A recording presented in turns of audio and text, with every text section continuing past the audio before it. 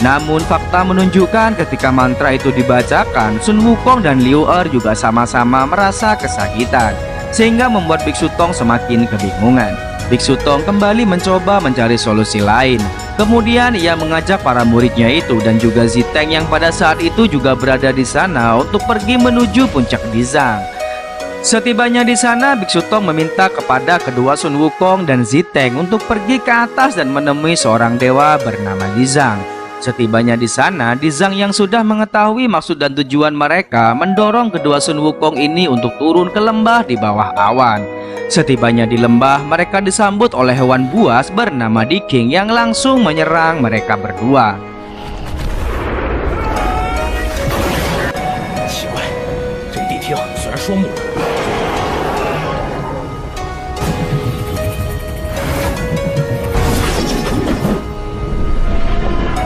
Kedua Sun Wukong ini berhasil mengalahkan Diking dan membawanya pergi ke tempat Dizang yang ternyata diketahui jika Diking merupakan hewan peliharaan Dizang. Diking yang sudah mengetahui di antara keduanya mana yang asli dan yang palsu hanya ingin mengatakan kepada orang yang ia inginkan, dan orang yang berhak tahu akan kebenarannya hanyalah Ziteng seorang. Sehingga Dizang meminta kepada kedua Sun Wukong ini untuk turun dari gunung.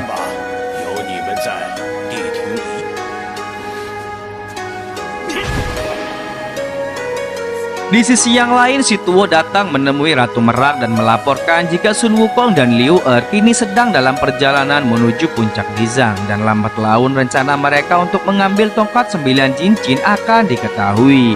Apalagi Diking yang tak lain merupakan peliharaan Dizang pasti mengetahui yang mana Sun Wukong yang asli.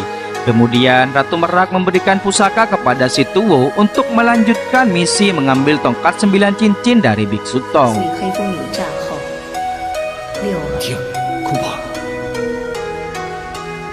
既然你如此，那么 Sedangkan di tempat Biksu Tong kini Ziteng telah turun dari puncak Dizang dan ia berbohong dengan menyebut Sun Wukong asli adalah yang palsu. Tak lain hal ini untuk mempermulus niatnya untuk mengambil tongkat 9 cincin. Sun Wukong tak terima begitu saja dan hendak menyerang Ziteng. Akan tetapi tiba-tiba Dewa Erlang datang dan mengikatnya dengan tali pengikat siluman. Dewa Erlang yang mengira jika yang ia tangkap adalah Liu Er kemudian membawanya ke Istana Langit untuk menerima hukuman di Menara Zuxian. 区区缚妖索，拦不住。你已经输了。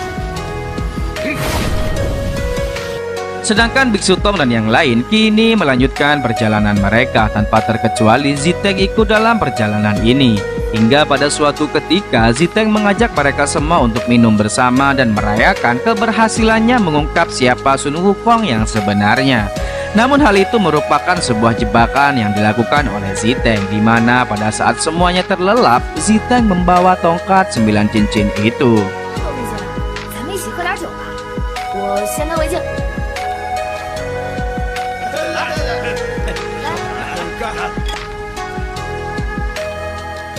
Singkat cerita, pada keesokan paginya ketika Biksu Tong tersadar, ia baru menyadari jika tongkat 9 cincin telah hilang dan dibawa oleh Ziteng. Seketika itu Liu Er mengejar Ziteng untuk mengambil kembali tongkat 9 cincin yang telah ia curi. Liu Er pun dapat menemui Ziteng. Ia pun meminta kembali tongkat 9 cincin itu. Namun karena Ziteng tak mau menyerahkan, akhirnya pertarungan pun tak terhindarkan.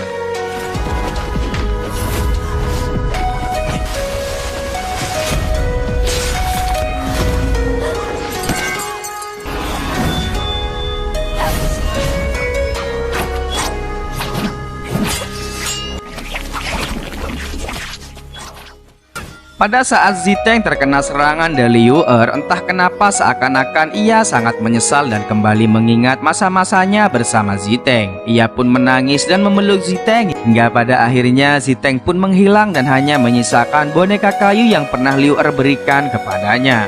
Di saat Liu Er bersedih, tiba-tiba tongkat 9 cincin itu bersinar, yang artinya Biksu Tong dan yang lain kini dalam keadaan bahaya. Dengan segera Liu Er pergi menuju tempat Biksu Tong berada. Sedangkan Biksu Tong dan yang lain kini diserang oleh si Tuo dan pasukannya. Tidak hanya itu, Pat Kai dan Wu Jing juga telah berhasil dilumpuhkan.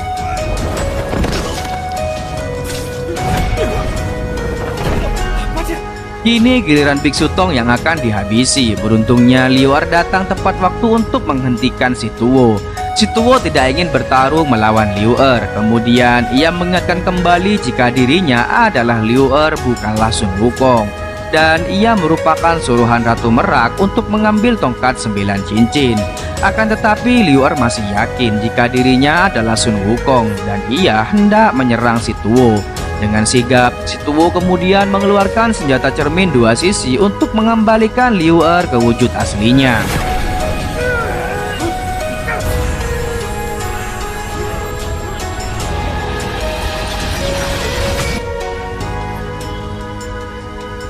Meskipun demikian, Liu Er masih yakin jika dirinya adalah Sun Wukong, sehingga si Tuo kembali menghajarnya habis-habisan. Biksu Tong yang tak tega melihat kejadian itu menukar Liu Er dengan tongkat 9 cincin yang ada di tangannya. Si Tuo kemudian pergi menuju Sungai Roh, sedangkan Liu Er kembali ke Ratu Merak untuk menanyakan jati dirinya. Singkat cerita, Liu Er yang kini telah bertemu dengan Ratu Merak menanyakan kembali siapa ia yang sebenarnya. Namun nyatanya Ratu Merak tidak memberikan jawaban, justru ia memberikan kebebasan kepada Liu Er untuk melakukan apa yang ia inginkan. Seketika itu ia pun kembali mengingat masa-masa indahnya bersama Ziteng. Sedangkan si Tuo yang sepenuhnya telah berubah menjadi iblis kembali menemui Dewa Erlang untuk melanjutkan pertarungan yang tertunda, guys.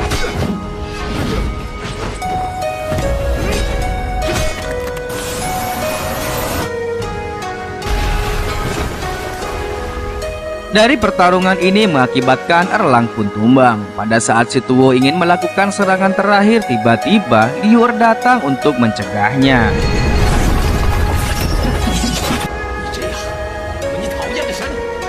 Dewa Erlang dan Liu Er kini saling bersatu satu sama lain. Namun sayangnya Dewa Erlang yang sudah tak mampu berdiri lagi dilempar oleh si Tuo, dan pada saat Erlang terlempar, ia berteriak dan memanggil nama Sun Wukong. Dan seketika itu pula Sun Wukong yang sudah menjadi tengkorak kembali hidup dan masuk kembali ke arena pertarungan. Kali ini kedua Raja Kera ini pun bersatu dan pertarungan di antara si Tuo melawan dua Raja Kera Sakti akhirnya berlangsung, guys.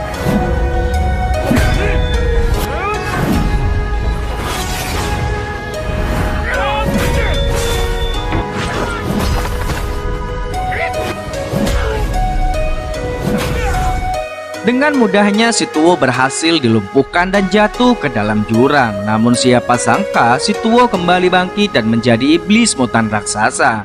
Dengan bersusah payah akhirnya mereka berdua berhasil mengalahkan si Tuo dengan sepenuhnya.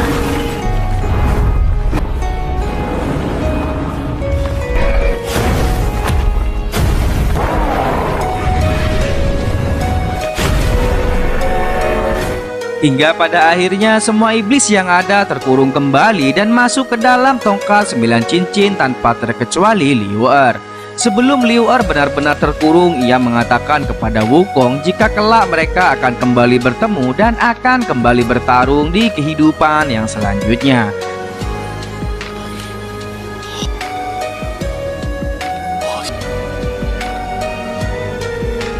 Scene terakhir dari film ini memperlihatkan di mana setelah 500 tahun setelah kejadian itu ada seorang pengembara yang mendatangi seorang peramal, dan pengembara ini merupakan reinkarnasi dari Liu Er.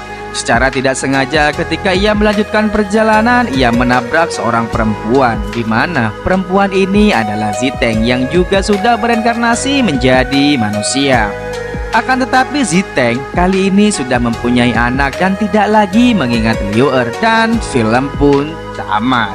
Sungguh ending yang sangat mengkerasaktikan, guys. Berakhirlah alur cerita dari film The 12 Monkey King kali ini, guys. Semoga kalian terhibur dan sampai jumpa di video selanjutnya. Bye bye.